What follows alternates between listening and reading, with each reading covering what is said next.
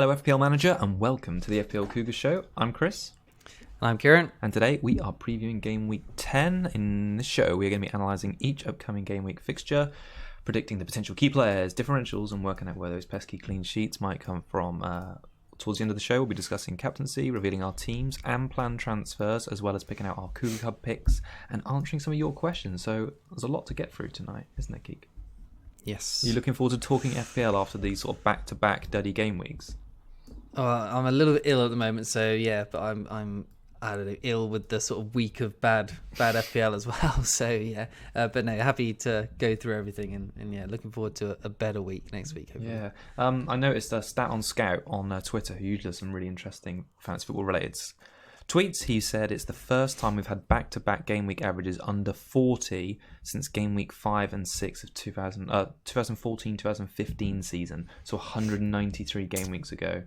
So I think once we persevere with these poopy game weeks, we're going to get back to, scoring over 100 every game week, and it's going to be brilliant, isn't it? Yep. Yeah. Well, I mean, I hope so. Yeah, you hope so. Right. That's all we can hope for. Yeah, it's all we can hope for. So just before we get into the show, we just want to take a moment to say, if you haven't subscribed yet to subscribe to us on the platform you're listening to, you can do that right now by pressing probably a shiny red button, because, call to action buttons are always red, green, or sometimes yellow.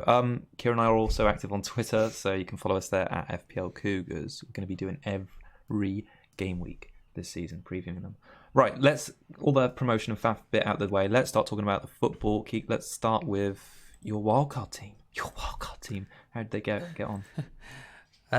So yeah, it obviously could have been better because obviously had no shows from Aguero and Tierney. But I got bailed out by Emery not playing Tierney in the end and having Rico off the bench for 8 points, which was massively needed, to be honest. So I got 41 points in the end with the bench of Campbell and Rico coming in. Should have put Lundstrom ahead of Campbell, but I sort of backed the attacker. I mean, I think it's sound logic, I suppose, with Campbell versus Bournemouth, who haven't kept a clean sheet all the season, and then obviously that goes and happens.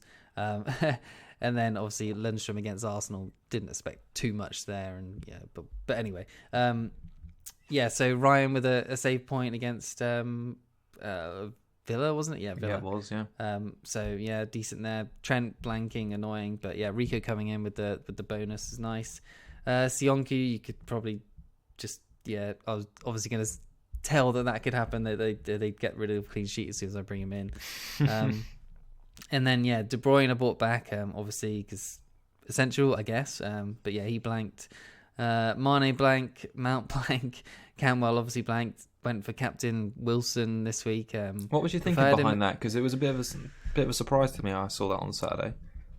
I just preferred not going really, really all in with Chelsea, because I had the triple up Chelsea attack. I thought captain there at the same time felt just so many eggs in that one basket that I just I wanted to spread the load a little bit. And Wilson obviously had good stats, good fixture.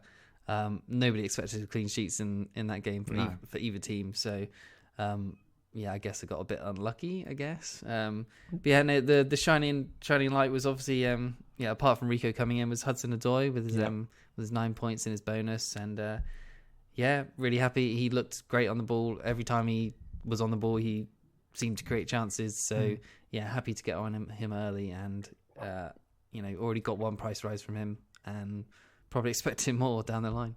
Yeah, I was going to say, no, you did well to get on him right now, and I think the wildcards worked out really in terms of Rico coming in, Callum Hudson-Odoi, because without those two who you picked this week, I think you wouldn't have had such I mean, it's only just above average, but really everyone's been sort of mid to low 30s, so to hit over 40 is pretty damn good, I think, for a game week like this. Say my rank as quickly as well. It was 323k, and it's a green arrow up to 264k, so about just under 100k green arrow.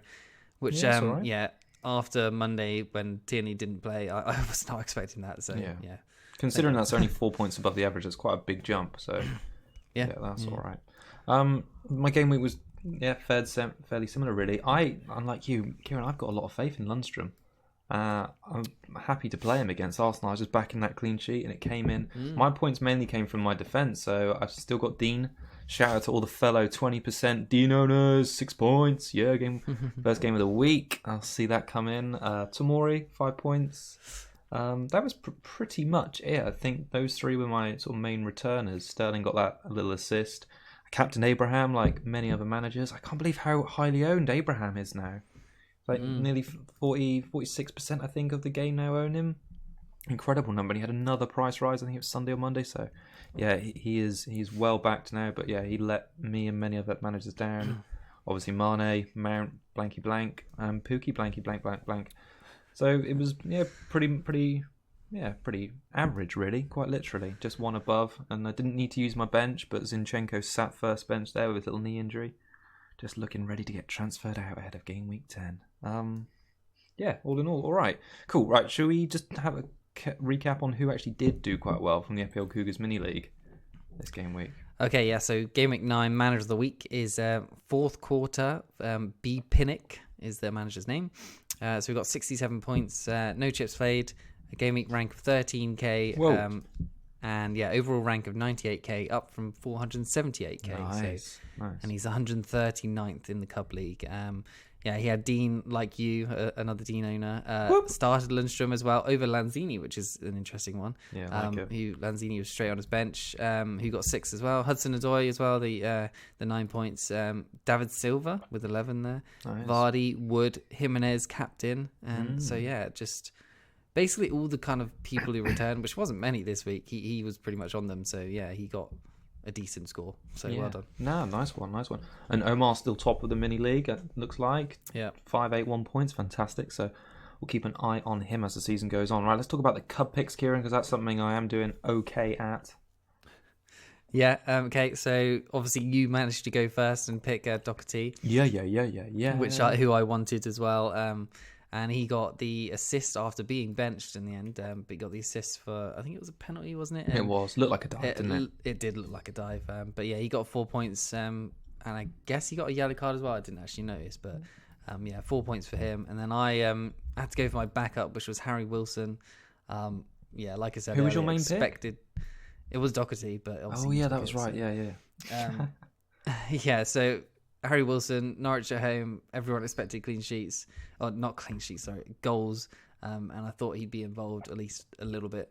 And he got 3 points. So yeah, he got the point for a clean sheet at least. So totals is I'm on 14 and you're now on 25. So yeah, you're ahead, but you're not gaining too much ground. I'm sort of keeping pace ish. All right. And then for October, sorry. Yeah. I'm on 7 and you're on 13. So I think we might just get one game week left in October. I think this weekend's one, because I think the one after that will be into November. So, all right, it's still a little bit on the line. You've got to outscore me by 6 or more. Yeah, okay. Yeah, it's possible. All right. I've got some decent ones lined up, I think. Okay, I think I've got a really good one this week, actually. Really good one. Okay, let's get into it, because the game week starts on Friday and we're Wednesday today, so we haven't got long to talk about fantasy football. It's the Friday night deadline, so make sure you're well aware of that. Kicks off down at St Mary's. Southampton welcome Leicester. I'll just bring up our sort of previewed teams on screen. You're going into this one with Soyuncu.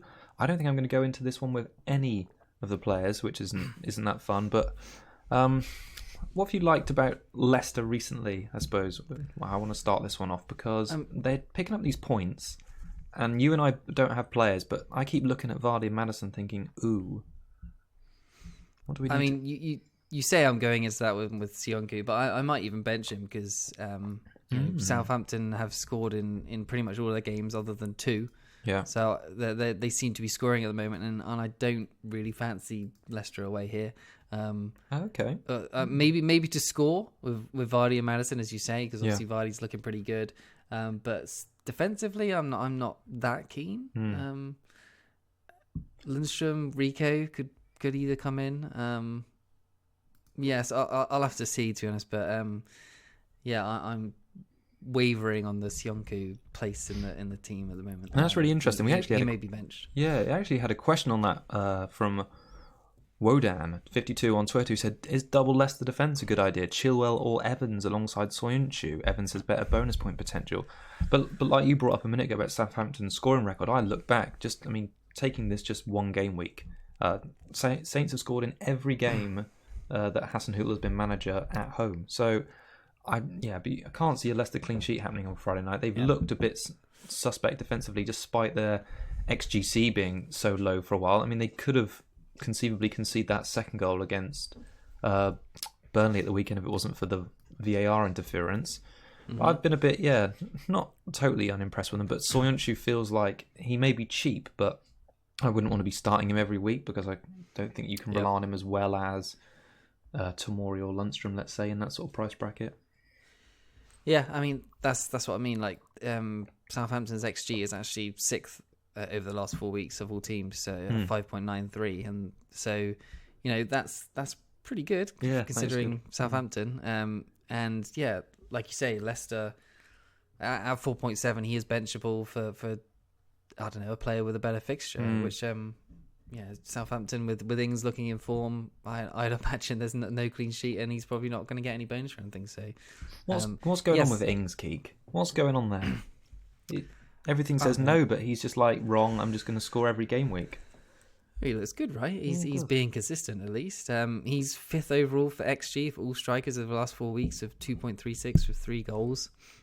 He's doing well. He's consistent, and he's getting everyone's attention at the moment. I don't know. I like him. What do you think? Well, I'm not sure if it's going to continue. Like I was watching the highlights on Match of the Day of the Wolves game, and it was so interesting seeing like the highlights coming. I could just see that Ings was about to pick up a goal because I knew he'd scored, and I was like, I wonder how his goal's going to come back because I hadn't read up anything about it. And Wolves gave the ball away twice, and the first time in the highlight, I was like, oh, this must be the Ings goal. They've given the ball away, and it didn't happen the first time, but the second time it did. It was like a bad back header. I feel like he has scored some fluky goals, but obviously he, like you said, the stats are good otherwise. Perhaps he's only scoring the fluky ones, but yeah, like you said, 4 for shots, at 5.9, he's a huge bargain up front in that striking line compared to someone like Pukki. That's like $1 million saving if you want to downgrade from Pukki. Like I say, Southampton have got this great record at home under Hasenhüttl. They haven't not scored yet, so I think in most home games he'd be considered quite good. And whilst his next 2 fixtures are Leicester and Man City. Man City's defence is still a bit shaky at the moment. I mean, they look imperious against Crystal Palace, but the game against Atlanta in the Champions League last night, they conceded a goal from a penalty, Fernandinho. Obviously conceded those 2 at home to Wolves, so they've conceded 3 goals in their last 2 home games, so it'd be interesting to see how they get on this weekend before that game in Gameweek 11. Yeah, and he's averaging more minutes now as well. Yeah, he's picking up like 80 odd minutes in most games at the moment. So, if you need those funds, and you can definitely do worse in his price range. Adams doesn't seem to be getting a look in at the moment, so no. I think Ings is nailed on at the moment. So, and I think he'll probably score this week. So, yeah, I like it. I thought it was interesting though that Southampton haven't won any of their last 6 home games. Their form at home has been pretty shocking. So. They're scoring and losing. Who do you think is going to be on the score sheet for Leicester? Because I can't see Southampton keeping a clean sheet. Is it the big man JV up front? Yeah, probably. He liked to do his little cupped ear celebration to the fans, giving him a stick the other weeks, and I imagine that'll probably continue. And he's probably going to want to keep scoring. So, yeah, Vardy, Maddison, Tielemans, even they all look good shouts this week. Yeah, I really like. Vardy coming into this fixture. Like I said, I think Southampton's defence is weak. We said the week before last that despite Burnley being a potentially tricky game for Vardy, he's come through that, scored a header. He's now got 3 attacking returns in the last 3, 6 goals in 9 games this season, and 1 assist. And it actually looks like he's going to grow into a bit of a more selected player, if you like. So he's on 13.5% ownership now. He's the second most transferred in ahead of this game week. So people are coming round to the Vardy party. And 54 points for this season. You can see why. He's got the fixtures and the form there to continue this run. Crystal Palace, Arsenal, Brighton after this and the next 3. So, yeah, I think points available for Jamie. Yeah, I'm tempted by a Mount downgrade down the line, possibly, to be able to get Wilson up to Vardy. That's a way I could go. Or an Aguero down to Vardy or something. But yeah, like him going forward for sure. Yeah, no, looking good. Maddison's an interesting one. It looked like he was suffering with a bit of an ankle injury. He had 5 shots though against Burnley, so he's pretty prolific, but none on target. 70 minutes I think he played in that one. Brendan said he's still feeling it a little bit, so worth watching. I think he's the most owned Leicester asset at the moment, so I think wait for the press conferences on Friday. Right, we got Man City against Villa. They're having I think it's the Saturday lunchtime kickoff. This one, isn't it? Yes, it is. Yeah. I believe it is. Well, do you want to start talking? The captain blanks out the way. Do you want to start talking about the captaincy actually then? Because you've got it currently locked in on Aguero. He's your new player. Didn't play at all against Palace. Played the full 90 last night. That noise sums everything up. Yeah, I'm obviously kind of worried. People think he's going to get dropped for Jesus again. Are you worried though? Obviously, I am. Yeah, because we don't know what Pep's going to do. But I don't know. I think it's probably Sterling that's more likely to be rested. I assume Jesus will probably play the cup, and then Aguero play this one. I hope. Obviously, he's usually plays at home.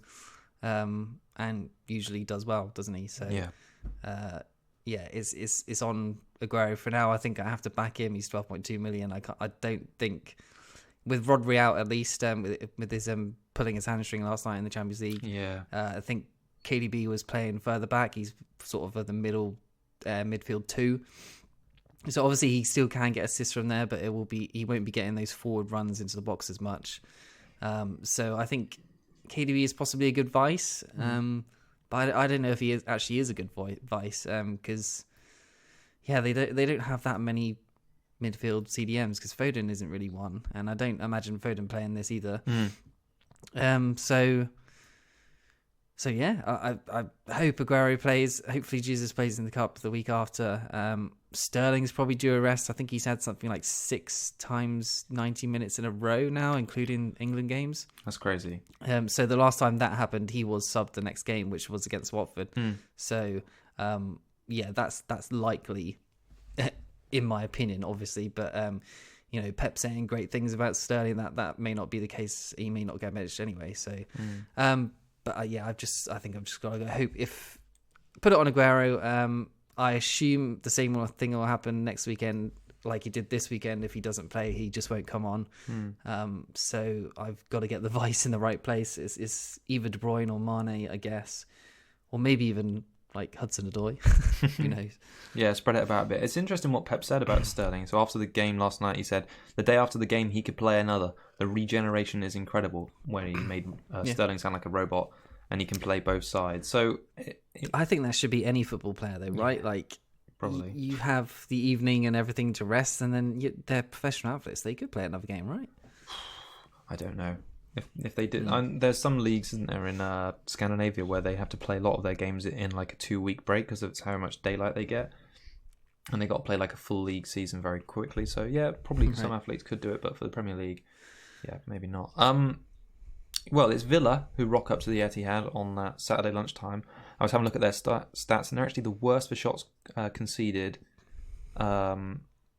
this season on the road. So, I mean, that's not a stat you want to be taking to the Etihad because I think they're going to continue to face more shots in the box. So, I think it's really like a backs against the wall job for Villa here, but they have had some good performers recently going forward. I think, none more so than Grealish and McGinn, who are really standing out. After Grealish's good game at the weekend, he's now got the 4th most points in the last 3 game weeks, and he created the most chances of any player in the game in game week 9, so which was 6, and he's looking good. He's surprised me a little bit because I thought he was more of a deep lying creator. But he's sort of proving it that he's getting involved with goals and assists now, which is great. I think his goal at the weekend was his first in the Premier League. And I think he's averaged 4.6 points per 90 minutes this season, which is slightly more than McGinn now, who's averaged 4.5, and they're both the same price, 5.9 million in FPL. So, yeah, the Villa boys have done well recently. So his heat map says he's just all over the place. He just seems to have license to roam wherever he wants, to be honest. So, yeah, I like him. I like both of them. But, yeah, Grealish, I guess, is supposed to be the more deep-lying one, as you say. But, so, is he going to continue? Maybe, maybe not. But, I don't know. On form at the moment, you'd probably back him to continue. But if you've got McGinn, obviously don't make the move sideways. But I think picking between them is going to be difficult.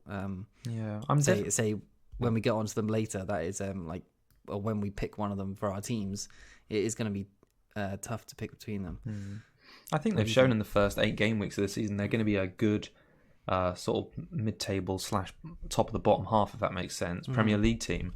And getting on from again for when their fixtures turn good is going to be quite key. They've got some really stinky ones coming up, so I wouldn't advise it now. So they've got City, Liverpool, Wolves in their next 3. After that, they've got Newcastle and United. So they're going to get chances against Newcastle at home and going away to Old Trafford. You never know what sort of United. Could see them beating United. Yeah, you never know what sort of performance is going to happen there. They're just the threat. McGinn, again, his numbers just continue to impress me. So he's had, I think it's the joint most shots inside the box in the last 4 games, which is 9, and that's joint top with Sterling. So he's doing something right. If some of these just start flying in, he just looks such good value at 5.9, similar to Callum Hudson-Odoi.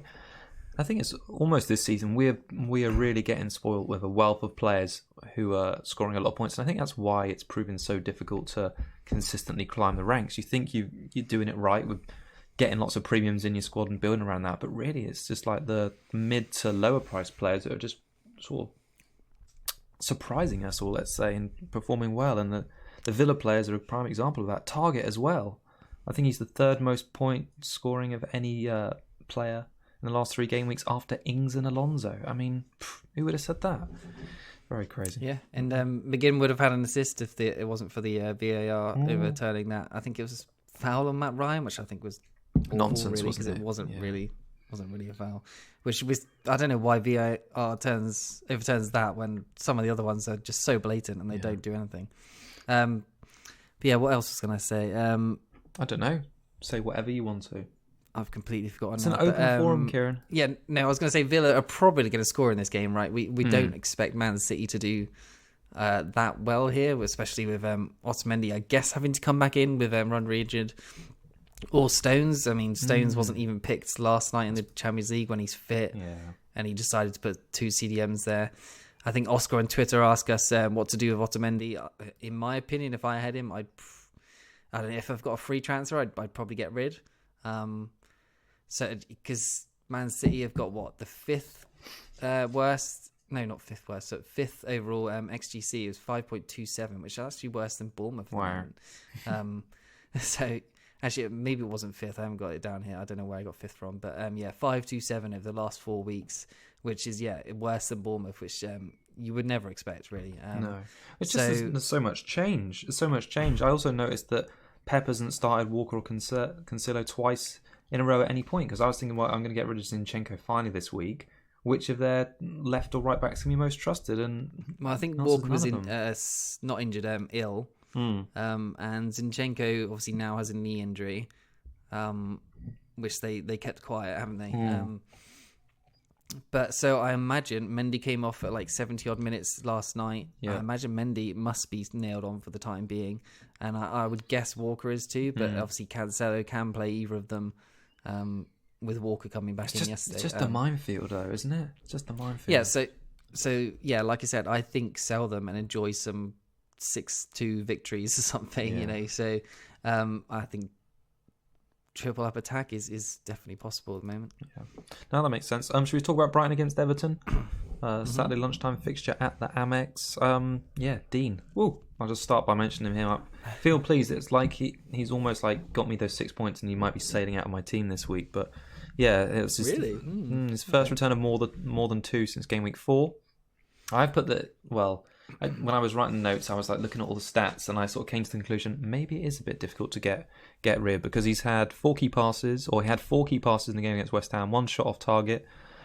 He was in the opponent's half on average, not far behind the position of Bernard, who obviously scored, so he's higher up the pitch more higher up the pitch than Bernard, and 11,000 have brought him in ahead of this one. So there's obviously people who are still keen on him. I also noticed he got the armband this weekend, so got Marco Silva's obviously got a lot of faith in him. So, and Sigurdsson obviously got benched. So if Everton won a penalty, wouldn't be surprised to see captain and set piece specialist Dean back on them. So don't know if Sigurdsson's benching was to do with any international commitments, but still interesting to know, because Everton played quite well at the weekend. Yeah.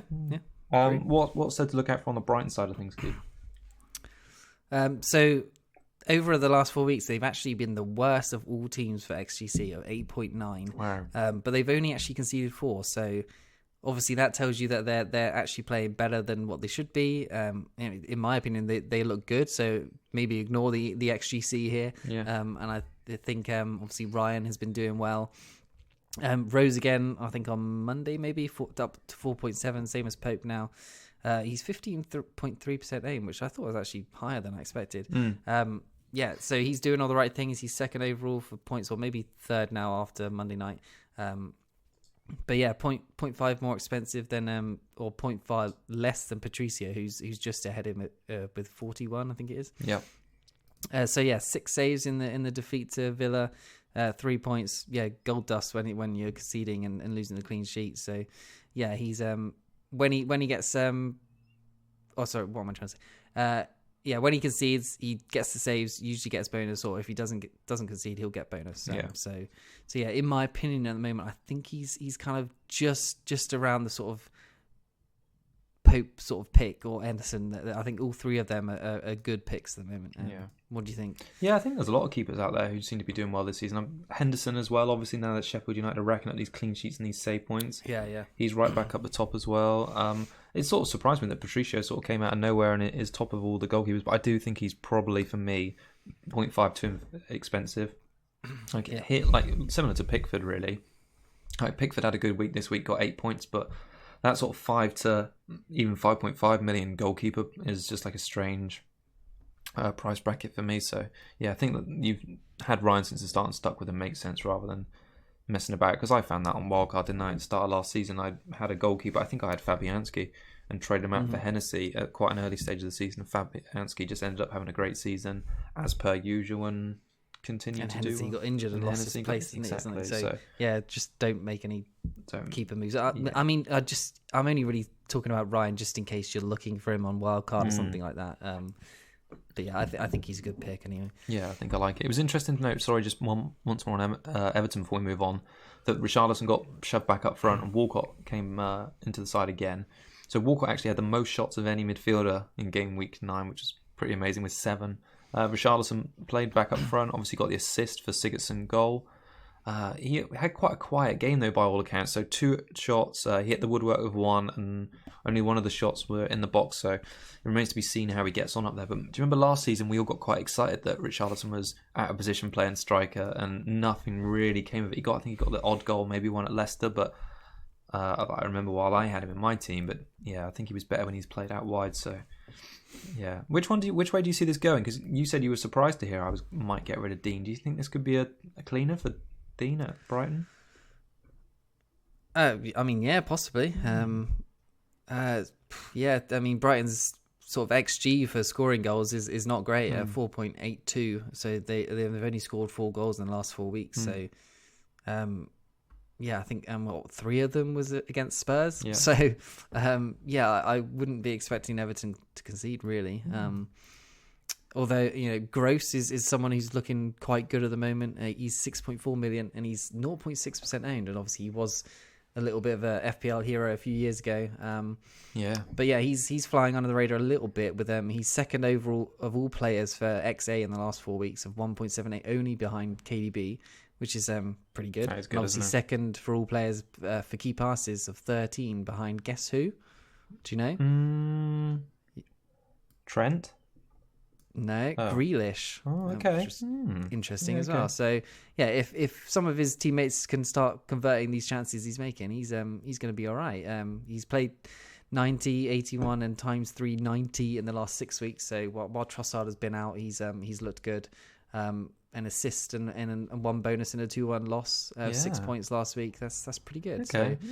So, yeah, someone also to consider in that sort of Hudson-Odoi, Mount sort of range. But obviously their fixtures after they're not bad. After Everton and Norwich aren't terrible, but they're not great either. No. So the next 2 are decent. Then they got United, Leicester, Liverpool, Arsenal, and Wolves. So yeah, those 4 are tough. But so that's why I'm happy with Pope, because he'll get plenty of saves. So yeah. Definitely will. Not Pope, sorry, Brian.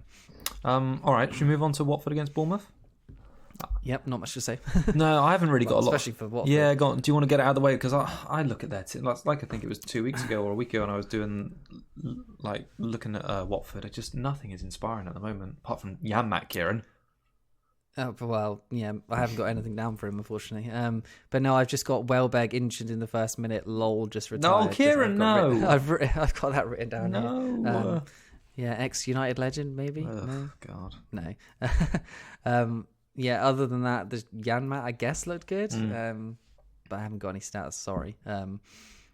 Yeah, their XGC is 7.79 and they've only conceded 6. So it looks like they are rising off the bottom of the XGC chart. Yeah. How many, is that the last 4 again? Or yeah, last 4. Okay. So it does look like they are slowly improving, and their XG is 4.02. They've only got 1 goal, so that's pretty awful. So they're not scoring goals. So Bournemouth clean sheet is possibly on the cards again. Double clean sheet, back-to-back clean sheet for Bournemouth. When have they ever done that? Probably never. But that's why I'm considering Rico over Sionku this week, with the stats just looking like Southampton going to score and the stats looking like Watford aren't. So yeah, sorry, Bournemouth. So yeah, Rico. I mean, you've got stuff on him, haven't you? Yeah, well, just because I was having a look at Bournemouth and just Rico obviously coming off the back of an 8-pointer. I had to see what's going on there because how is a 4.2 defender scoring 8 points at home against get on him. Norwich? Yeah, he's looking good. So it looked like from the heat maps he was getting further forward than Harry Wilson, your Cougar Cub pick. He's had the most chances created in the last 4 of all defenders with 11. So that's pretty incredible, really. 4.2 still in price and averaging 2 key passes per game.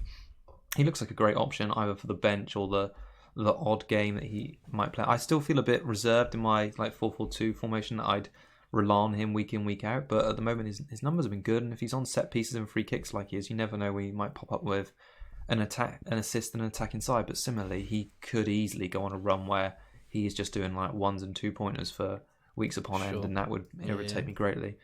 So I don't want to get into a trap because I sort of got there a little bit with Doherty last season. I felt like I was relying on Doherty to get me some sort of points at either end, and he just didn't do it. And I feel the same was if Rico, I brought him in, I could and play him every week to try and get those attacking returns. It could just be a series of 1s and 2s that I don't want. You don't bring him in for play him every week sort of thing. He's a bench player. He's 4.2. He's so cheap, but he's playing. So at the same time, if you can use those funds and then just play him in a few games with Lundstrom, as well as a sort of bench, those 2 bench players, then you're laughing. Do you worry a little bit about Adam Smith coming back? I noticed Eddie Howe said about that. Do you think Rico's done enough to just sort of cement his place there now? I think he has for the time being, at least. I can't see him being dropped when he's doing so well at the moment. I'm not worried at the moment. Fair enough. Some positive stats then for Bournemouth and you as a Callum Wilson owner. Watford haven't won in their last 13 matches, so you think Wilson should sort of add a bit of punishment to them as well. But I thought it was interesting to note that he's not blanked during his 2 price drops so far this season, and he's never returned during his 2 price rises. I saw that on Reddit earlier today, and that did make me laugh. So credit to whoever pointed that out, but that was really great. So back to back blanks now. But I recall Wilson had a really great game away at Watford last season. I think he had a goal and assist.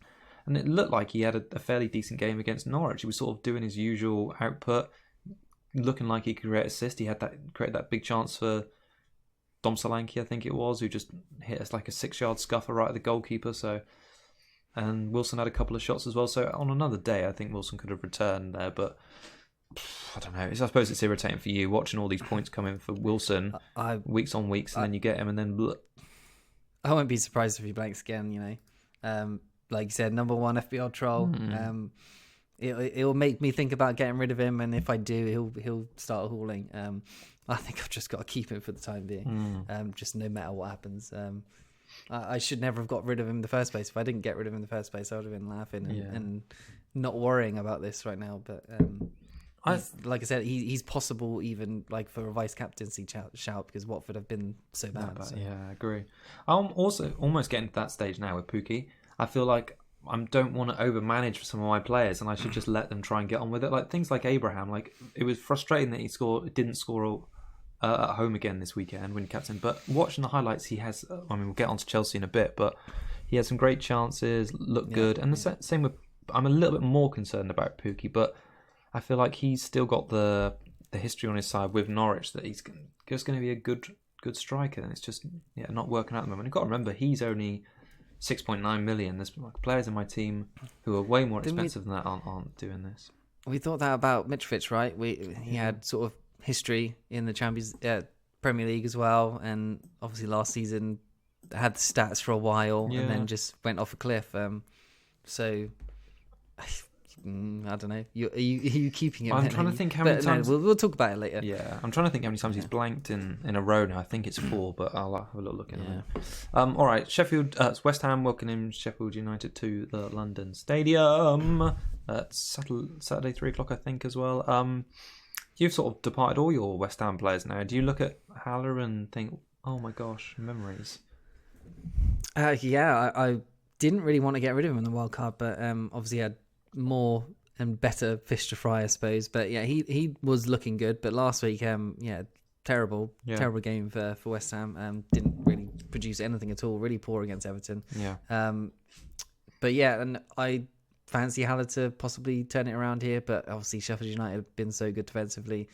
I think five of the top scoring defenders, or 5 Sheffield defenders and top 11 highest scoring defenders. Yeah, that's right. Yeah, which is pretty mental. So obviously West Ham will probably have a hard time here, and they haven't looked that great at home this season either. So, but yeah, the next 4 for West Ham look decent. Obviously Sheffield United at home. There's obviously 2 at home in a row. Newcastle at home as well. So those 2 on paper sound fantastic, but they're both tricky defences, though, aren't they? They can both defend, yeah. And with players like Lanzini, so I've got his stats down here versus Everton.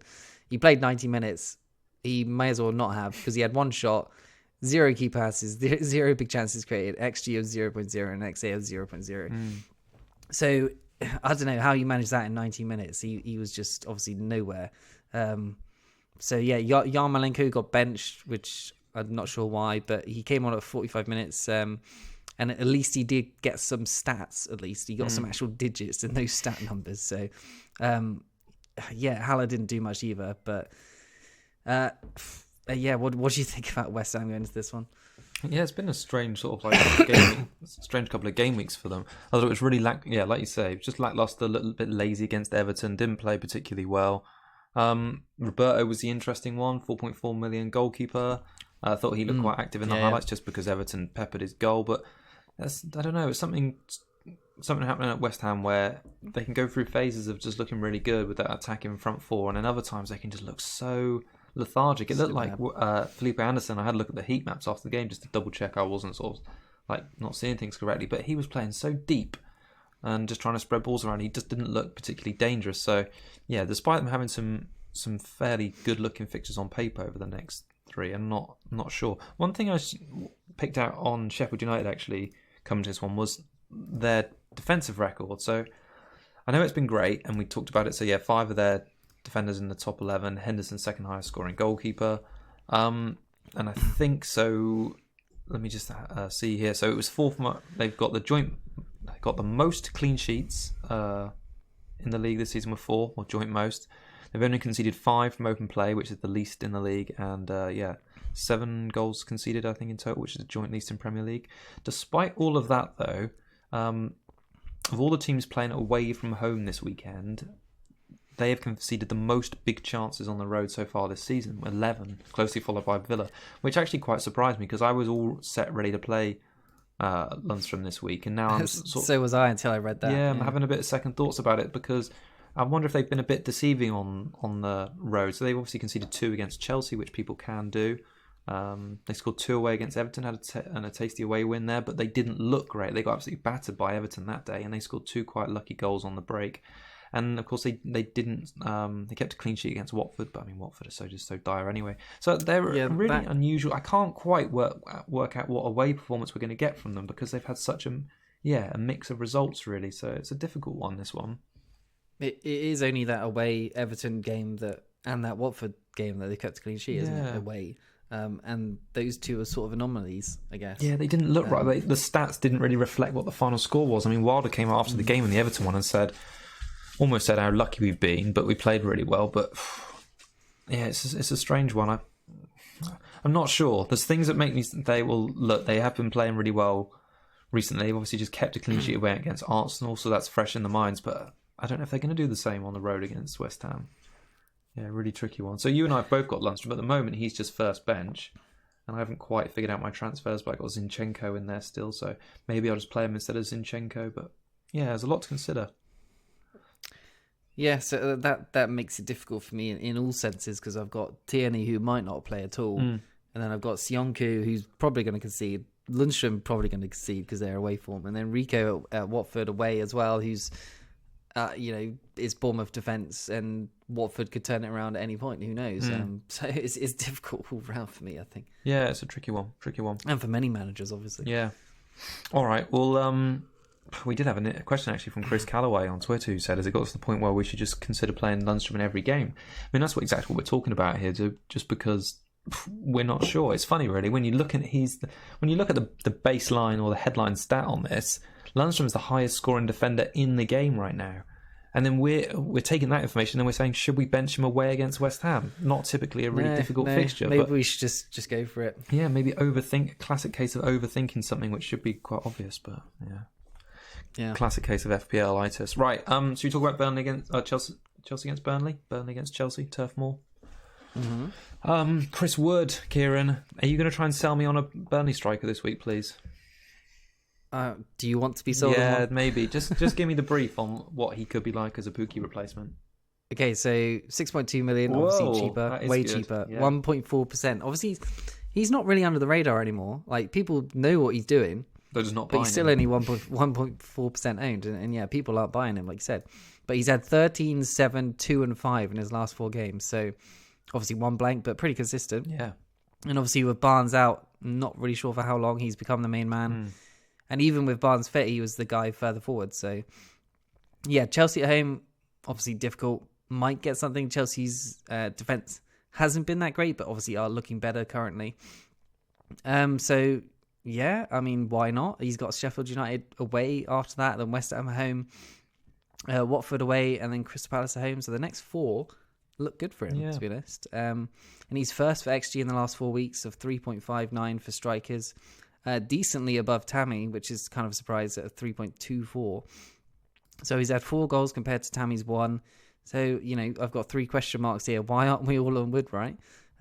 He's had 12 shots, 7 on target, 11 in the box. So he's getting the shots in the box and in the right sort of locations. So all the right finds for an informed clinical striker. And yeah, we probably should be looking at him for a Pookie replacement, or at least you should. Yeah, it's strange, really. He is so owned by such a small amount of players, really. Like 1.2% is a huge, or 1.4% is a huge differential, isn't it? And to be racking up those points and not getting more transfers in is a bit of a surprise. I suppose this Chelsea game, I sort of feel like Burnley could get something. I do think that the 3 games I'd sort of pinpoint if I was looking at him with 2 game weeks time where they've got that West Ham at home, Watford away, and then Palace at home. Those just seem like 3 really juicy fixtures and the sort of teams that Wood and Burnley as a whole will like playing against. But he's the kind of striker who can easily go on a run of blanks as well. Yeah, so, that's true. Yeah. I wouldn't say we should definitely trust him, but I don't know. At times like this, if you want to get those sort of rank boosting sort of players, you need to get on them while they're hot, I suppose. Yeah, definitely. So will Chelsea rock up to Turf Moor? Obviously, you're back in triple at Chelsea attack in this one. Are you looking at this one thinking Nicky Pope's got to have an off day for me to have a big score this game week? Maybe. I mean, just hope he doesn't save them, really. Obviously, just doesn't get anywhere near them. But no, I fancy Hudson-Odoi to keep going well. I fancy Chelsea to score a few. I don't think Burnley are immune from a beating. So yeah, I'm slightly worried by Mount as him getting benched early and sort of being a bit more deeper now with Hudson-Odoi back in the team. And I'd like to see Abraham, when I own him, actually getting a haul. He's looking great still, but he's missing all those chances. So I want him to do well for me, and I think this could be it. We'll see what happens tonight. Obviously, they're playing Ajax away in the Champions League, so that'll be a tough game for them. And hopefully, none of my boys get injured. Yeah, no, I agree. I think Chelsea look really excited, and I hope they don't get injured either, because I've obviously owned 2 of them. I had a look at some comparative stats between Mount and Callum, but before that, I'll just talk about Abraham's home and his away form, because as someone that's now captained Abraham at home for 2 games this season and he's returned 2 points in each of them, I thought, what is he doing so badly wrong at home compared to how well he's doing away. And really, it's just bad luck. Just looking at the per 90-minute sort of averages across the whole season. So he's averaging 2.2 big chances at home to 0.6 away. He's averaging 4 shots in the box at home and 2.6 away. But so despite sort of more than doubling in both of those cases, the points is more than double in the away column, because he's averaging 4.9 points at home and 10.7 points away from home. So it's a crazy difference, which surely will even out sometime soon. But I mean, the shot cleared offline against Newcastle, 4 shots against Newcastle in total, and missed 2 big chances. It just feels like I think if he has one really great game at home, it should really boost his confidence. And I think he had that one game against Sheffield United where he played quite well, but it feels like that quite a lot has happened since then. He's had 2 decent home games against Brighton and Newcastle. Even if he was just more consistent, plugging like in a goal or an assist away, I'd feel better about him. But he's a difficult one to captain at home now for me. I'll be a bit scared off him next time. He's sort of Crystal Palace or West Ham. He's like the exact opposite, like statistic-wise, of like Vardy. Yeah. Of just like Vardy gets barely any chances and he'll slot them away, whereas like Abraham needs like 10 to get 1 goal or something. So. Yeah, no, I agree. I also think it was quite notable that this weekend Gordon was the first time that he didn't get replaced during the game. He usually comes off for Batshuayi around the 80th minute. And I don't think Lampard rates Giroud, because we haven't seen him for quite a while. So I do think it's just those two vying for that central striking spot. And I'd quite like it if we were in a position where Abraham was getting rested for the Champions League games or League Cup games, and Batshuayi was playing a few, they were swapping it around, so Batshuayi was like playing 60, 70 minutes in the Champions League.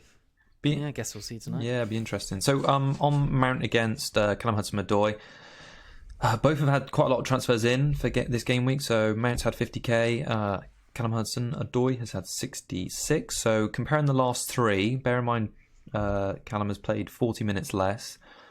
He's had more penalty area box touches than Mount, 11 to 10. He's had more shots in the box than Mount, 4 to 3. He's created more big chances, 2 to 1. He scored 2 more points, 18 to 16. The only thing Mount has beaten him on is big chances. So where Mount has doubled his tally, but that's not hard because he's only done 2 to 1. It looks like Mount is better on bonus too, and their expected points are really close for the last 3 game weeks. So when you consider Callum Hudson-Odoi's only played 40 minutes less, it looks like he is rivaling very well Mount's point output. And also, I don't like doing sideways moves. He could be a good sideways move because of the money you'd save there.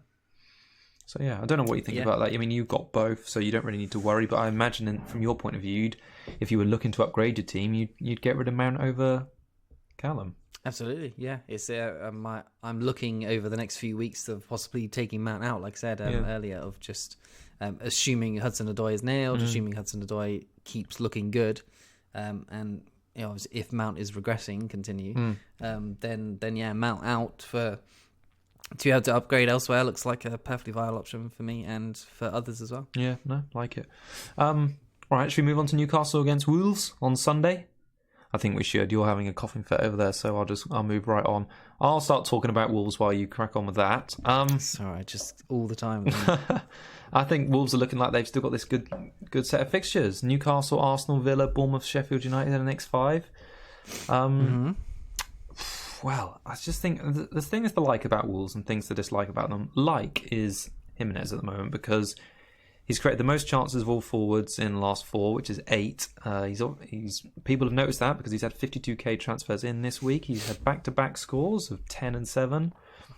3 attacking returns in the last 2 games. And now he's sort of confirmed that he's definitely on penalty duty if Wolves win one of those. So a lot of things are looking like they're ticking boxes for Jimenez, but it's still that where would I say it? So Wolves' overall play doesn't really seem that attacking, but he is the one who is responsible for all their returns. So in some ways, he feels to me quite similar to Pukki. Like if Norwich do score, Pukki is generally likely to be involved. And at the moment with Wolves, if they score, Jimenez is more likely to be involved. But neither team are scoring bucket loads at the moment. It's a strange one, really. What do you think? I think they only had 4 shots overall in that whole game. It wasn't Jimmy's shots. It was 4 overall. So, but obviously the stats don't take into account his 2 disallowed goals. So if he had those 2, then he would have had a massive haul, and his stats would have looked even more impressive. So yeah, the people buying him in, I can absolutely see why, and he's looking like the player of last year. Yeah. He's not getting rested, or he's not getting rotated at all, which is positives or negatives, I suppose you can look at it that. But yeah, he looked refreshed after the 2 weeks off because he didn't have to play for Mexico. He did, yeah. The next few games look decent for him. So I'm certainly tempted. I wished I got him on wildcard, because there was the other few options of me having Sterling and Jimenez instead of Aguero and Mount, possibly it was. Yeah. So yeah, I chose the wrong way on that. But yeah, Jimmy going forward looks great. I will probably get on him at some point. If Wilson is not doing well, I'll get on to Jimmy. And it just feels good owning him, doesn't it? Yeah, I feel like I need to see him a little bit more, man. The Europa League and owning Jota early in the season has sort of like broken me a little bit with Wolves.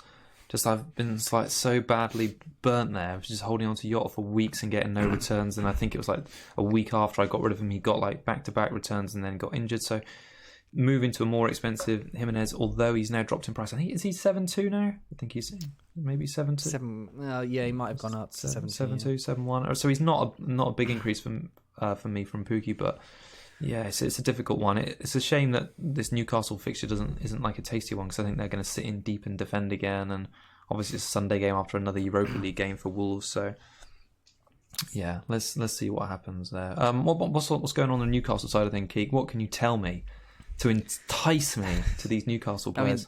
They're like Watford. There's not really many people or players to mention, but team stats wise, 13th for XGZ, which isn't too bad, not as bad as you might expect, of 6.53 and 6 goals conceded. So looking decently defensive, I suppose.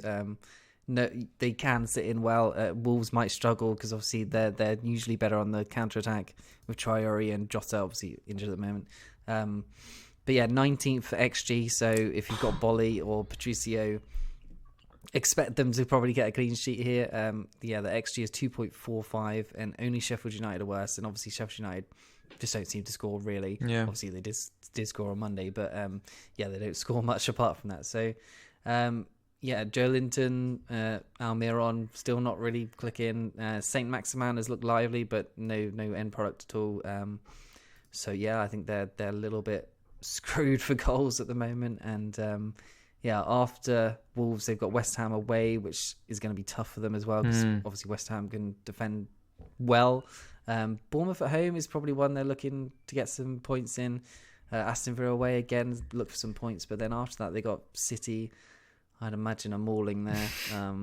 But yeah, their fixtures after that again are decent. Sheffield United away and then Southampton at home. So they do have a good run at the moment, and they're going to want to pick up points. So maybe we should start to pay attention if they do anything against Wolves, because their fixtures are good. Yeah. So Lascelles at 4.4 is someone to keep an eye on. If maybe someone like Almiron can start looking decent. No, not Almiron. Maybe. Big in uppercase cap in bold as well, maybe, and underline it. Well, I've got Richie. He's supposed to be back soon, and he could be an out of position defender, because I think Willems has seemed to nail down that place. So yeah, Richie as sort of a wing back / midfielder, taking penalties, could be something. Yeah, that could be decent. All right, Arsenal against Palace, London derby on Sunday. I haven't really got a lot of love for Palace this season. There's none of their players who are really standing out to me. Like Kelly, obviously, has been the darling so far this season. I think he and PVA are the most owned for Palace. But just they're in such a rough run of fixtures of Arsenal, Leicester, Chelsea, Liverpool coming up in their next, I think it's next 4, and then they go away to Burnley. None of those really look enticing for defensive returns, and on the attacking side of things, there's no one in their team who's really inspiring me at the moment. Like Benteke had the best header of his last 3 years against City, And Edison saved it was really nice. It was I can't believe that didn't go I in. know, it was a great header, and I just felt a bit sorry for him because he's just been so poor for so long. It was interesting to note that he scored away against Arsenal at the Emirates last season. But yeah, I just think that their fixtures are bad, and there's nothing really from an attacking output that I can get excited about. That just makes you think that Arsenal's defence is just that bad. If Benteke can score away at Arsenal, then Arsenal are doing something wrong. Not Benteke doing something right. Yeah, they scored 3 goals that day as well. 1-3-2. Wow. Yeah, it was a good game. Zaha actually scored them, but he's not been doing that this season. Do you know what? Have a guess. What do you think Zaha's biggest return so far this season is? Well, I can see it in front of me, so it's not really a guess, but just 6 points. Oh, yeah, you got it right. Yeah, 6 points. I mean, it's credible. So he's had less shots this season than Leicester's Harvey Barnes, who's played about 45 minutes less than he has. So, yeah, he's just having such a strange season. And the whole Palace team, I just can't get behind them from an attacking point of view. And whilst their defence has been good, I just not right now while these fixtures are like they are. So, yeah, mate, what can you tell me on the Arsenal side of things then? Surely something more positive than I've just sort of, XG wise, they're 5.42 with only 5 goals, and then the XGC, which is actually, I don't know, you probably wouldn't expect this, so 4.47. They've only conceded 3. Okay, that's all right. And yeah, that's pretty good at the moment. So I fancy them to keep a few more clean sheets. Obviously, they've got decent fixtures, as we see. So obviously, Crystal Palace can't really score. Wolves at home, they got next 2 at home as well, so obviously much better at home than they are away. And then they got Leicester away, which is obviously going to be kind of tough. Southampton at home, Norwich away, Brighton at home, West Ham away, and then obviously City after that. So their fixtures are still great. I've got Tierney. I'm hoping he starts. I imagine he'll probably start in the Europa, and Kohler will probably start in the Premier League. What are you going to do if he starts in Europa? Just still play him and hope that he doesn't make us... Because you were so worried Monday night that he was going to come on for a sub-appearance. Yeah, no, I was. But yeah, no, I probably will still play him. And I'd just go off that Kohler didn't come off last weekend. And I assume he just won't come off the week after if that happens again. But he has got such a high upside, in my opinion, of possible clean sheet, of coming in and helping that defence be a better defence with Bellerin, hopefully as well, because I don't know where he is. No. Because he was left out of the squad completely, wasn't he? But he's supposed to be fit, so I just don't really know what's happening there. I don't know, Emery. Everyone's Emery out at the moment. All the Arsenal fans on Twitter are just Emery out, and anyway, so Aubameyang, he's had 7 returns in a row, and he's had 2 blanks since most people have started to own him on the wild cards and things like that.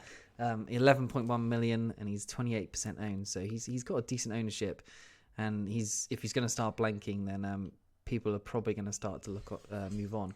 But yeah, Aubameyang, week 1 to 4 versus week 6 to 9. So he's had 13 shots compared to 10. XG was 2.20 versus 1.64 in the last 6 to 9. So goals 3 versus 2, key passes 4 versus 3. His XA has gone up a little bit, but that's not what we want to see from a striker. That means he's not shooting as much. He's looking at more assists. Obviously, his big chances have gone down as well, 4 versus 3, and his points were 26 in the first 1 to 4 weeks, and in 6 to 9 weeks he's got 18. So yeah, he's regressing quite a lot, and you don't want to see that when he's got a great fixture run. He's supposed to be a flat track bully, right? And now that Lacazette's back as well, and Lacazette is now back as well. So yeah, the midfield non-creativity when Ozil's not been around is just not helping him, I suppose. Maybe the Lacazette link-up will help him, maybe.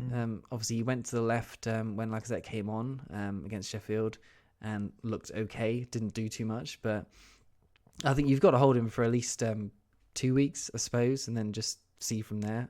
Crystal Palace at home is obviously a great fixture, so you hope he's going to get a penalty at least. But yeah, he should be doing well in this next one. If not, then reassess, to be honest. Yeah, definitely. Especially when there's so much, I say, value elsewhere, but maybe none of the premiums are really sort of shining at the moment. But it could be Vardy's time. Vardy is doing quite well there. All right, the penultimate game of the weekend sees Tottenham roll up at Anfield. Now, I have spent some time flicking the armband back and forth between Mane and De Bruyne this week, because Liverpool's record at home has been so consistent. They've scored at least 2 goals in the last 11 home games. Mane's hauled, I think, in the last 2 of those. I think he had 15 and 12 maybe in his last 2 home games. So I feel like the fact that he isn't a nailed-on starter and he's in form at home is quite good. So I think they're playing tonight in the Champions League, aren't they, Liverpool? So yeah, I'm interested to see how he looks, how Salah looks, if he looks back up to full fitness. And yeah, I don't know how you feel about that. What's about Mane's shout for this weekend? I would have been interested, but I think Spurs have got probably a bit more confidence back after a 5-0 win yesterday. Obviously, it's against a poor team in the Champions League, but yeah, the confidence will be back for after a win like that. So yeah, I'm not so sure Liverpool do a lot here. I think they can probably score, but I don't think it's hauls at all. Yeah. So yeah, I wouldn't say he's captain's shout, to be honest. Okay. In my opinion, I prefer a City player. I think you've got to put it on a City player this week, especially in the fixture against Villa. Yeah. And obviously, I suppose the extra day rest as well. Yeah, historically, Liverpool, their forwards at least, haven't done that well against the bigger teams, especially Salah.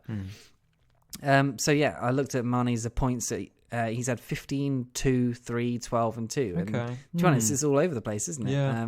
It's pretty inconsistent. And I actually didn't look at that for some reason when I got him on the wildcard. And I wasn't expecting to see that when I did this week. So yeah, I think last week at least the no Liverpool attack teams were the winners.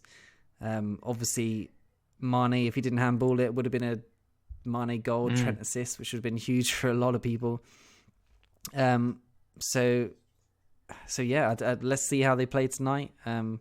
Then maybe if Mane's looking in great form, then you can possibly put it on him. But I don't know. I think it's a risky one in my opinion.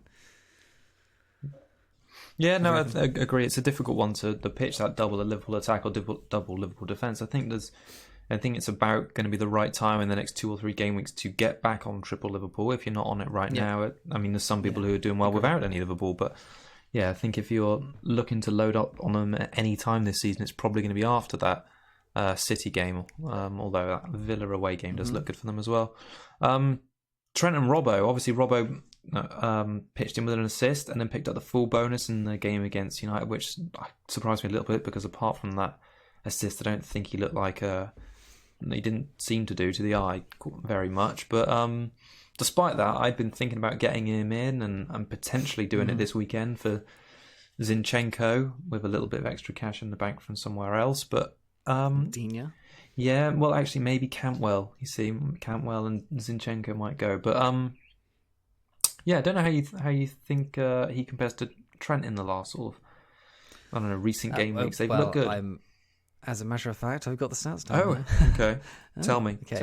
So yeah, points wise, Trent's had 18 in the last 4 weeks, and Robbo's had 24. So that's 6 points. That's a clean sheet difference. So XA has been 1.47. Obviously, Trent has a lot of assist potential versus 0.97 for Robbo. So that's a big difference. But key pass is still good for Trent, 9 versus 5, and then big chances created 3 versus 2. So yeah, the stats are still in the side of Trent pretty much, other than the actual points. So I think the double up is definitely worthwhile, as you say, if you're looking at him. Like last night, no, not last night, last week, he could have got the assist if Mane didn't handball it. So we wouldn't be talking about Trent of possibly being out. We're not, but other people on Twitter at least are talking about Trent out. And obviously he's been ill, or he's not gone on the flight to Gameweek or something. So I think he's just got a virus. So he's not injured, but hopefully he'll be fine for this weekend. Just get your benches in order if he is out. Yeah, no, good show. I feel like Tottenham are rolling up to this game and they haven't really got a chance in hell. Like coming off the back of some odds. Really? Yeah, I just feel like they're coming off the back of some really odd scores.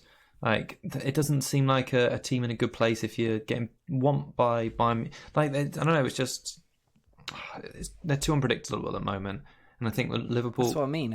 It's risky. Yeah. It's not predictable what they're going to do. But I feel like it's predictable in the sense that they're unorganised. Maybe that's a better way of saying it. Like, you just don't know what Spurs team are going to turn up. Like, how they can go from getting beat by Brighton, drawing at home to Watford, and getting beat in the Champions League, to then demolishing another team in the Champions League 5-0.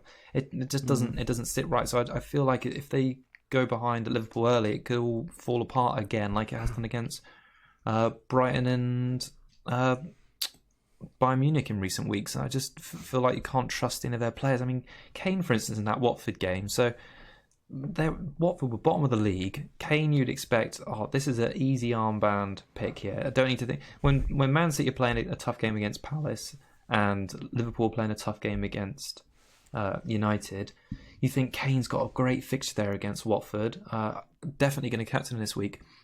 When he has an XG of 0.09, 3 shots, one of which in the box, it's not good enough. And I don't know, it just feels like there's, if it's not Kane in that team who's going to get you points, at the moment it doesn't look like Son either, because he's not in great form. Only 5 shots in the last 4 game weeks. I feel like you'd never really want to back any of the other picks long term, so why should we invest in any of them? I don't know, they're just not an investable side at the moment. I mean, you've not got any in your wildcard team. You never showed me one draft with any Tottenham player in it, despite after the Liverpool game, they've got Everton, Sheffield United, West Ham, Bournemouth. I mean, those are pretty ropey teams, let's say by Tottenham standards, who the home games against Sheffield United and Bournemouth, you'd think they'd score in. The derby or London derby against West Ham, you think they'd do all right. And in the game against Everton, they banged in 5 last season. But not once did you say, Chris, what about Harry Kane? Yeah, you kept him in. Can't trust him, like you said. You can't trust him. So, yeah, they've really gone off the ball for me. And I feel like if Liverpool score early on Sunday, I think Liverpool get 3 or 4 in that game. Really do. I think they batter them. Anyway, that was enough from. What do you think of the game? Do you think they're going to score big in this one? Nah, like I said, not really. I think maybe a 2-1, something like that. Okay. Something like that. All right. I kind of hope.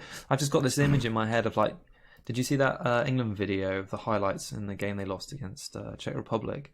Like, one of the top comments was, is this a video of England's highlights or just Danny Rose slipping over? Because every goal England conceded, Danny Rose was like on the floor after being fouled or slipping over. It was really good. So, nice. Yeah, more Danny Rose slippage at Anfield, please, for Mane goals. Okay, Norwich against Man United, the last game of the game week, and finally the show I and all the viewers have been waiting for, that you admit now is a good time to get Rashford in your fantasy Premier League team. Maybe. Maybe. I got a maybe. But Kieran, Bournemouth, Norwich, Brighton, Sheffield United, Aston Villa. I mean, look at those fixtures. Is it time to even double up on United attack, Kieran, with Martial and Rashford, like we all did famously in Game Week 3? Did Martial get on in that last game? He did remember. Against Liverpool. Yeah, he came on. Yeah, okay. And Kieran, let me tell you this: he looked bloody brilliant. I actually missed the highlights for that. No, he didn't touch the ball barely. But he was doing well up until Game Week 3. 6.3 points per game average in the first 3 game weeks, and he's still somehow 7.5 million. It's mental. It's mental. It is mental. It's because Mark Subbins from the Fantasy Football Scout had him. Yeah, so he has persevered with him all this time, specifically for this Norwich game. So expect a Martial haul, and he's just timed it just right. I'd like to wait at least until see if he starts this game and then see how he does. Then I'm interested. As maybe an upgrade from Mount is looks like a nice way. Maybe a Tierney downgrade for me. Nice. Cool. 2 free transfers next week. So. Yeah, sounds good. What about Rashford then? Confidence after back-to-back goals? Yeah, probably. It looked decent for England. Looked good for Man United against Liverpool. Yeah. Well, good-ish, I suppose. So yeah, why not? He's a differential under 15% at 10% owned. Yeah. He's 8.4 million, I think. So I think he's still expensive for what he gives. Yeah. Because he's never had a season over 10 goals. So you're expecting probably a blank in like I don't know, 3 of every 4. 1 return in 3, something like that. For 8.4 million, that's not great, is it? But if he can get on a run of form, that's when you need to get on players when they're in form and go on a run. So Yeah, let's see how he does this week. Then I'm tempted. Yeah, I quite like it. I mean, it's just the fixtures. I mean, this is like United's best patch of 5 fixtures pretty much all season. So I only got off Wan-Bissaka a couple of weeks ago, so I'm definitely not going back to the defence. But yeah, in attack, there's a potential that I could get swayed by Martial or Rashford again. We saw what they did in a really good run of fixtures last year when Ollie came in, right? Mm-hmm. So, and Pogba's just around the corner, I believe. Yeah, I so think if Pogba comes in as well, and Martial back as well, and Wan-Bissaka all fit again, then we're looking at a decent team who demolished Chelsea 4-0. It might be the start of the new template of fixture of the template shifting towards a few United players. I mean, we're not saying get rid of Kevin De Bruyne for Martial this game week, but we're saying maybe. All right, what's going on the Norwich side of things? Because we've had a few questions about Pukki. James Parker, one of them, he said, "Do we keep Pukki or do we finally get rid?" So, what do you think as a non-owner? Why did you get rid over the international break on your wild card? Because there was better options. Simple as that. Do you still back those better options in Callum Wilson and Abraham? Yeah, 100%. Okay. Yeah. Pukki's stats haven't been that bad still. But I mean, they've only scored 1 goal in the last 4 weeks, completely as a whole team. So, and Pukki, I think form-wise on the FPL site is worse than their backup striker who's got an assist or a goal or something. So it's not great. I mean, he's 7 million now. He's got Bournemouth. He against Bournemouth he had 2 shots. His XG was 0.17. He had 1 key pass and he got a yellow card. So the yellows are so annoying. Yellows in back-to-back game weeks. Pukki, come on. Yeah, and his stats versus Jimenez, who most people are looking at in week 9, he had 1 shot compared to 2, an XG of 0.75 versus 0.17. So it's not. Do you think that's a lot better? Only 1 shot. I know he scored those 2. Well, obviously no. It seems strange. Yeah, Jimmy obviously got the goal, but had 2 disallowed. So yeah, these stats are slightly awkward in that sense. Key pass is 0 for Jimmy versus 1 for Pukki, and then big chance is 0 for both, and an XA of under 0.1 for both of them. So I mean, from that game alone, neither of them look great. But again, they're not putting the disallowed goals in there. So what are you doing is the real question. There's so many. I feel like with the strikers, I've already faffed about with them a lot this season. The fact that I've been through Wilson, Jota, Barnes, Abraham and Pukki. I've had 5 different strikers in 2 spots and we're only in game week 10. I feel like even though it's been 4 blanks in a row for Pukki, I've got to think I've had Abraham as well, and I think I've had him for 2 blanks now, or 2 or 3 blanks. So the strikers are really difficult this season, really difficult, because when you don't have a premium one, I feel like there's more temptation to swap them around. Do you feel that? Yeah, for sure. We've already talked about it actually on the show. You said about Callum Wilson could become Jimenez quite easily, or Abraham could go up to Vardy, and just feel like there might come a point with the strikers, or maybe I've already arrived to that point where I shouldn't keep chopping and changing them, because I'm just going to be infuriated when the other ones score. I don't really want to be playing striker merry-go-round.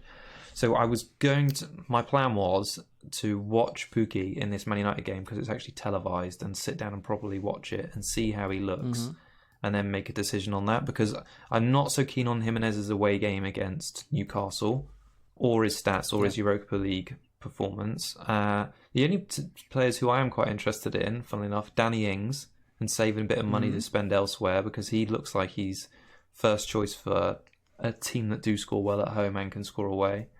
And I mean, Wood is also simmering away in the background because he's a bit cheaper, but I can't go back to Burnley attack, Kieran. I can't do it, mate. Maybe we should just have Aguero, Kane, and Aubameyang. Maybe we should have just Aguero. Yeah, that's not a bad shout. But anyway, so I'm trying not to faff about with my strikers. I'm going to give Pukki another game week, and if he hits 5 blanks in a row, I'll be pretty impressed. I do actually expect of all the games he's had, I do think United at home is the one most likely he will return again, because I feel like City did and like Liverpool, they'll try and attack Norwich and give them a bit of space to counter attack on. Whereas the other teams they've Yeah. played have sort of tried to stifle them a little bit with the Burnley game, the Palace game. Who else have they blanked against recently? Bournemouth maybe a little bit, but not so much. So I don't know. Let me see. But one more game for Pookie for me. Right. Before we get on to all the other things, or maybe I'll do it afterwards. I've got a little quiz for you like last week. Oh my god, I'm excited. Little surprise again. Oh. So let's do the other things first. Oh and then gosh, we'll do Kieran, I'm having an anxiety attack. Okay. because I didn't even tell you about this at all. So You've not told me about anything. yeah. Anyway. All right. I don't know what else there is to chit chat about. Captaincy. Yeah. So I'm going to Aguero. You're probably on Sterling. No, I I'm on guess? KDB. Yeah. Definitely, yeah, KDB, because number of weeks he's performed well at home, and he got subbed off early last night. So although he played a bit deep, I expect him to be back amongst the returns this game week. And to be honest, he could have had a haul against Palace. So yeah, Yes, he could. KDB and Mane vice for me. So transfers, you're probably not doing anything, are you? Because you did a wild card. No, I think I'm rolling, and then reassess next week. I've got cover for Aguero if he doesn't play. I got cover for Tierney if he doesn't play. Even Trent if he's still ill. Yeah. So yeah, I think I'm okay for now. Okay. All right. So that leaves us with our transfer plans. Oh, sorry, my transfer plans maybe. Oh, sorry. Okay. Just to mention that, yeah, I'm probably going to hold on to Pookie for another game week. Zinchenko, the knee injury, is obviously the one which is giving me a bit of a headache. I might just play Lundstrom, but I do have 2 frees this week, and I'm kind of getting a bit fed up with looking at Campbell on my bench being 0.5 million more than I need him to be, if that makes sense. Because I feel like I've not played Cantwell in the last 3 or 4 game weeks, and he just seems like such a waste of 0.5 million there. So I might get like a 4.5 million mid in and just go with that. But yeah, let's see. Robertson could be on the agenda again in place of Zinchenko, but yeah, I'll say on our Twitter feed before the weekend. Like it. Okay, what else do we need to do? Clean sheets. Clean sheets. Oh golly, I think there might be one at Liverpool. I don't think Tottenham are going to score there. Okay. I've got Sheffield United down. I think they'll get one. But this was before I read that stat that you had earlier. So possibly. And then Wolves, I think Newcastle's XG and goals have been terrible. So I think Wolves could get one. And then I've got Man United down. Okay. Man United. So all right. Yeah. I think they'll get a clean sheet. Their stats are good. All right. Yeah, that seems pretty fair. What's the last thing? We need to do a Cougar Cup pick, and it's you first, Kieran. Oh yes, for once. So I've got 2 that I quite like, but I'm going to go for Rashford, even though I hate him as a striker and I hate him as a player. But as an FPL asset, he might be okay for at least this week. Okay, all right. He's under 10%, so oh, that's good. I'm gonna pick another striker. I'm gonna go for Danny Ings, our boy. He was my other one. The man in form. Are you? Okay. Well, yeah, it was Rashford and Ings. Oh, what's your? Who was your other one? I didn't have a backup actually, because I was so confident. But we should probably pick one in case they don't play. Who do you want to wing one really quickly? Who your backup might be? Okay. Blimey. I'm really put you on the spot now. Willian. He should be underneath. Willian. 10%. Okay. I'm going to back... Oh, golly. I know who I'm going to back. Chris Wood, another striker, nice. 1.4%. Yep. So, yeah, there you go. So, it's pretty much, striker and midfield lockout this week for the Cougar, the Cub picks. Cool. Is there anything else? Oh, the quiz you want to tell me about? Yeah, right. So, God. Inspired by the video that you watched the week before, there's been another one. Hopefully you haven't seen it. No, I haven't. Don't know what you're talking about. So it's 30 seconds, and you have to name as many Premier League managers from 2019 to 20 current Premier League managers in 30 seconds. All right. Yeah, tell me when. I've got my timer out. So 3, 2, 1, go. Okay, Guardiola, Klopp, Emery, Solskjaer, Marco Silva, Sean Dyche, Brendan Rodgers, Eddie Howe, Javi Garcia. No, Garcia's not there anymore. Steve Bruce. I've forgotten the name of the guy at Said Watford. him. Steve Bruce, okay. Daniel Farke, Chris Wilder. God, it's difficult. Roy Hodgson. And time's gone. That wasn't too bad. Hodgson just after the thing, but I'll give it to you. So you got 12. Did I say Bruce twice? Oh, okay, 12's all right. I have 20. That's okay. Not bad. Yeah. So did you say Emery? You missed Emery. So No, I said Emery. Okay, so there's Emery, Smith at Villa, I wouldn't Howe have got at Smith. Bournemouth, Potter at Brighton, Dyche at Burnley, Chelsea Lampard, Palace of Hodgson, Everton Silva, Leicester Rodgers, Liverpool Klopp, City Guardiola, Man City Ollie, Gunner, Newcastle Bruce, Norwich Fark, Sheffield United Wilder, Saints Hasenhüttl, Spurs Pochettino, Watford Sanchez Flores, West Ham Sanchez Pellegrini, Flores, yeah. and then Wolves of Nuno. So, It was quite a lot of the mid-table teams I just couldn't focus on. Like, it's funny I didn't mention Lampard, but I sort of went like 1 to 6, and then I thought, oh, maybe the people that might be around Champions League, and then I started doing like the relegation ones. It was Pereira and Rashford who did that. Oh yeah, one. how many did they get? Yours was I think Pereira did it, and he got like 6. Oh wow, it was terrible. Yeah, what did Rash get? Oh, he didn't. He didn't do it. Okay. Yeah, no, it was just Pereira. Oh, take that, Pereira. There you go. Oh, very good. I like that. Okay. Okay, so I think that's everything, isn't it? We wrapped it all up. Yes. Wrapped it all up. All right. Well, we'll speak to everyone, won't we? Early next week for a Game Week 11 preview. If you've got any questions, tippy tap them in the comments just below on YouTube or tweet us at FPL Cougars. We're more than happy to have a discussion about fantasy because we love it so much. So let's hope for some big green arrows and some big scores. And it's goodbye from me. See you next week. Cheers and good luck, everyone. Bye.